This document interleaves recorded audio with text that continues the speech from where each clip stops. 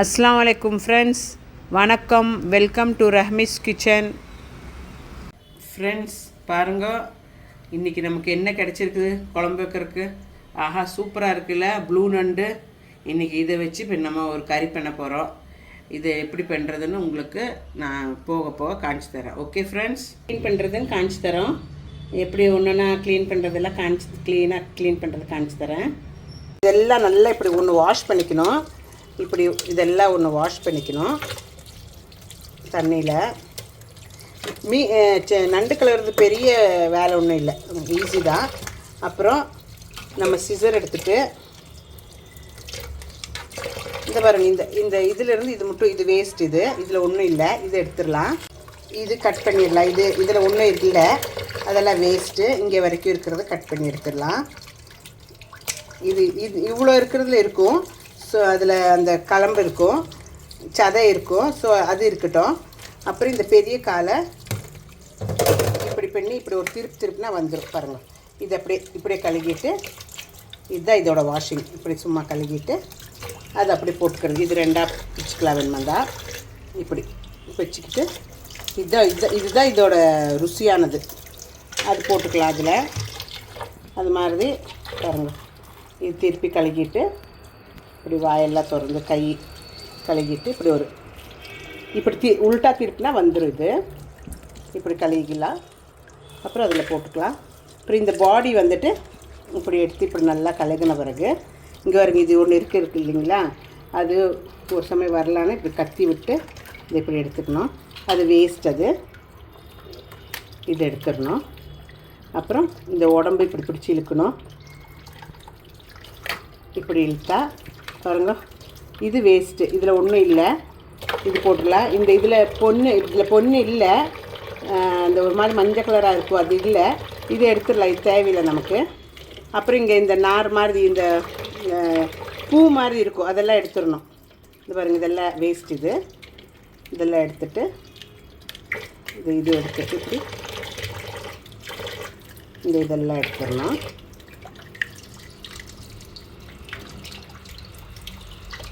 இதை எடுத்துட்டு இதில் மஞ்சள் கலராக வரும், அது நம்ம இப்படி எடுக்கும் போதே எடுத்து ஒரு இந்த மாதிரி மூடியில், ஷெல் மூடி இருக்கு இல்லைங்களா, இந்த மாதிரி மூடியில் அதை வச்சுட்டு செப்பரேட், இந்த மாதிரி மூடியில் அதை எடுத்து வச்சு செப்பரேட்டாக அதை வைக்கல அப்படியே. அது நல்லாயிருக்கும் சாப்பிட்றதுக்கு.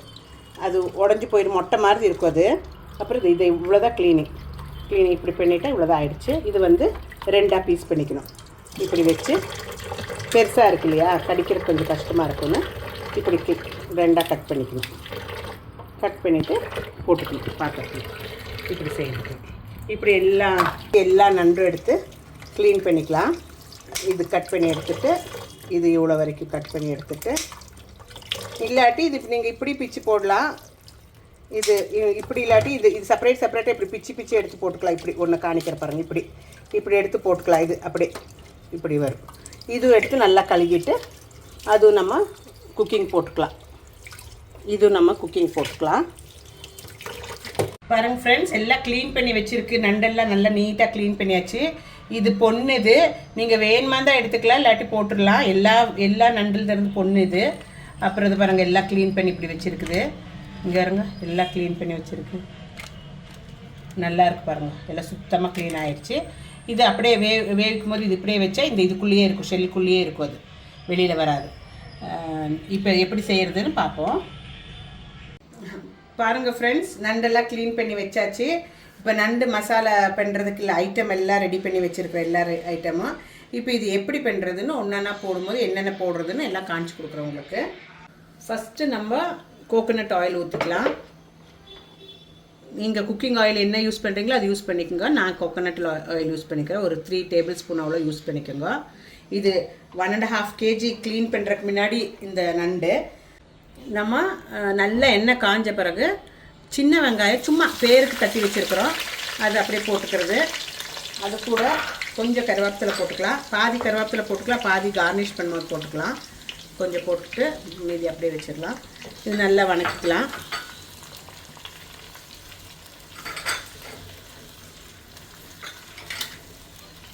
ஒரு வெங்காயம் கட் பண்ணி வச்சுருக்கிறேன், அதுவும் போட்டுக்கலாம்.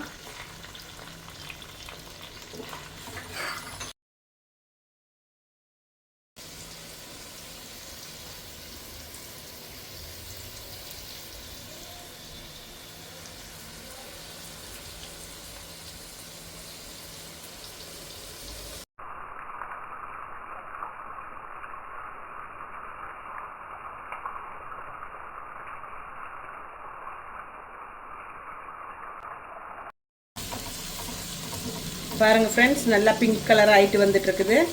நம்ம கொஞ்சம் உப்பு போட்டுக்கலாம், இது சீக்கிரமாக வணங்குறதுக்கு. கொஞ்சமாக போட்டுக்குங்க, அப்புறமா திருப்பி போட்டுக்கலாம். நம்ம இதை இவ்வளோ போட்டுக்குங்க, ஒரு 1/4 டீஸ்பூன் அவ்வளோ போட்டுக்குங்க. தேவைப்பட்டால் திருப்பி போட்டுக்கலாம், ஏன்னா இது வெங்காயம் சீக்கிரமாக வணங்கும். இப்போது நல்லா இது பிங்க் கலர் ஆகிருக்குது. நம்ம தக்காளி போட்டுக்கலாம். தக்காளியும் போட்டு நல்லா உடஞ்சி தக்காளி வெங்காயம் நல்லா ஸ்மாஷ் ஆகி வேகட்டும்.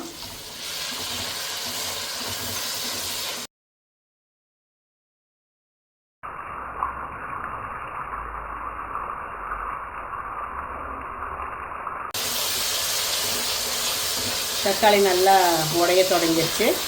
நம்ம வந்து பச்சை மிளகு போட்டுக்கலாம். 4 பச்சை மிளகு, தக்காளி 1, வெங்காயம் 1, 25 சின்ன வெங்காயம், பச்சை மிளகு 4.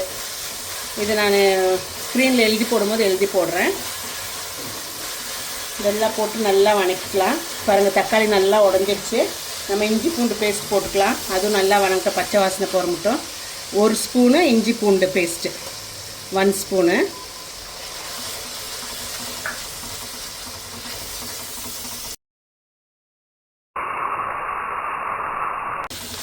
பாருங்கள் ஃப்ரெண்ட்ஸ், நல்லா மசாலா இஞ்சி பூண்டு தக்காளி வெங்காயம் சின்ன வெங்காயம் எல்லாம் வணங்கிடுச்சு.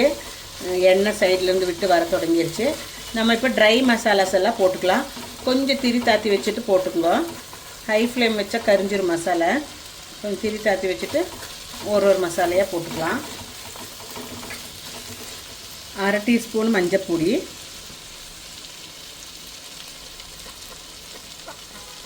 மஞ்சத்தூள் 1/2 டீஸ்பூனு, குருமிளகு ஒரு 1/2 டீஸ்பூனு. நான் காரம் கொஞ்சம் கம்மியாக போடுறேன், குழந்தைங்க சாப்பிட்றதுனால காரம் கம்மியாக போட்டுட்ருக்குறேன். நீங்கள் வந்து வேணுமா தான் 1 டீஸ்பூன் மிளகாத்தூள் போட்டுக்கலாம். 1 டீஸ்பூன் குருமிளகு போட்டுக்கலாம்.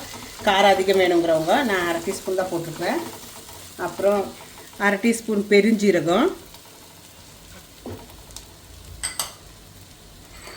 1/4 டீஸ்பூனு பட்டை கிராம் பொடி,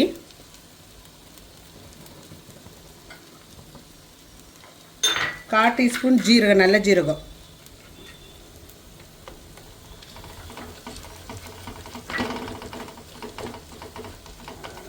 நான் காஷ்மீரி சில்லி தான் பவுடர் போடுறேன், வேறு நல்ல மிளகு போடல, பசங்க இருக்கிறனால.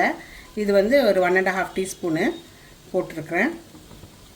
அது போட்டுக்கிட்டு அப்புறம் 1 டீஸ்பூன் அவ்வளோ தனியா போட்டிருக்கிறேன். தனியா பொடி போட்டு எல்லாம் நல்லா இலக்கிக்கலாம். நல்லா மசாலா நல்லா வணங்கட்டும். பொடி எல்லாம் நல்லா மிங்கிள் ஆகட்டும். அது கூட மசாலா கூட இது தேவைப்பட்டால் நம்ம டேமரின் புளி நினச்சி வச்சுருக்குறீங்களா, அதுலேருந்து கொஞ்சம் கொஞ்சமாக தண்ணி ஊற்றிட்டு கொஞ்சம் மிக்ஸ் பண்ணிக்கலாம். பாருங்கள் ஃப்ரெண்ட்ஸ், மசாலையிலேருந்து எண்ணெய் அப்படியே விட்டு வந்துட்டுருக்கு. இப்போ நல்லா வணங்கிடுச்சு. இது நம்ம இந்த டைமில் கொஞ்சம் இந்த கேரளா புளி ஊற வச்சுருக்குறோம். ஒரு 3 பீஸ் எடுத்து அப்படியே கீறி போட்டிருக்குறேன்.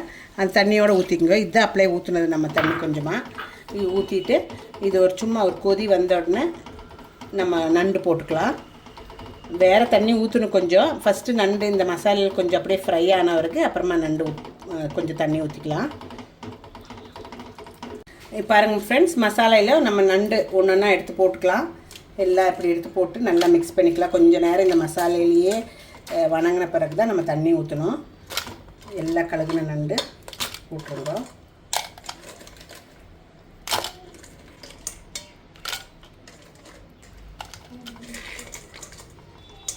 நண்டெல்லாம் போட்டாச்சு.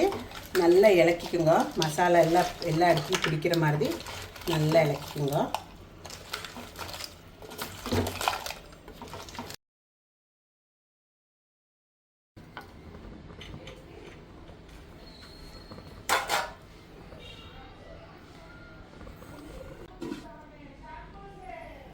பாருங்கள் ஃப்ரெண்ட்ஸ், 2 மினிட்ஸ் ஆயிடுச்சு. நம்ம கொஞ்சம் தண்ணி ஊற்றிக்கலாம். தண்ணி ஊற்றி வேவிக்கணும். இது வேவு இருக்கு இல்லையா, கொஞ்சமாக தண்ணி ஊற்றிக்குங்க. போதும். ஒரு 1/2 லிட்டர் இல்லை, 1/2 லிட்டர் காட்டி கம்மி தண்ணி ஊற்றிக்குங்க. அப்புறம் மூடி வச்சுட்டு நம்ம நல்லா கொதிக்க வச்சுட்டு திருப்பி இலக்கிக்கலாம். பாருங்கள் ஃப்ரெண்ட்ஸ், ஆயிடுச்சு. நம்மளோட நண்டு குழம்பு ஆயிடுச்சு. நண்டு கிரேவி, நண்டு மசாலா. இப்போ நம்ம பாக்கி இருந்த கருவேப்பிலை போட்டுக்கலாம். இது கருவேப்பிலை போடும்போது நல்ல ஃப்ளேவர் வரும். இப்போ அப்புறம் கொஞ்சமாக கோகோனட் ஆயில் ஒரு அரை டீஸ்பூன் அவ்வளோ கோகோனட் ஆயில் ஊற்றிக்கலாம்.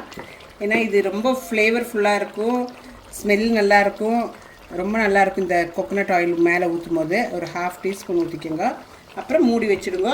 ஒரு 20 மினிட்ஸ் வரைக்கும் எடுக்காதீங்க. அதுக்கு பிறகு நம்ம எடுத்துகிட்டு டேஸ்ட் பார்க்கலாம் எப்படி இருக்குதுன்னு. பாருங்கள் ஃப்ரெண்ட்ஸ், ஒரு 20 மினிட்ஸ் ஆயிடுச்சு. இப்போ எப்படி இருக்குதுன்னு பார்க்கலாம். கொஞ்சம் ஆறுன பிறகு தான் இது டேஸ்டியாக இருக்கும். ரொம்ப எம்மியாக இருக்குது பார்க்குறக்கு. நான் ஃபஸ்ட்டு கொஞ்சம் உப்பு இருக்கான்னு பார்த்துக்கிறேன் மசாலாவில். சூப்பராக இருக்குது ஃப்ரெண்ட்ஸ், ரொம்ப நல்லாயிருக்கு, எம்மியாக இருக்குது. இப்படி எடுத்து நம்ம சர்வ் பண்ணிக்கலாம். பாருங்கள் ஃப்ரெண்ட்ஸ், எம்மியான கிராப் கறி ரெடியாக இருக்குது. ரொம்ப டேஸ்டியாக இருக்குது. நீங்களும் வீட்டில் ட்ரை பண்ணுங்க. ரொம்ப ஈஸி வேறு, ட்ரை பண்ணுங்க. இதில் ரஹமீஸ் கிச்சன் இஷ்டம் ஆச்சுன்னா லைக் பண்ணி, ஷேர் பண்ணி, கமெண்ட் பண்ணுங்க. மீண்டும் அதர் வீடியோவில் உங்களை சந்திக்கிறேன். தேங்க்யூ, டேக் கேர், பாய்.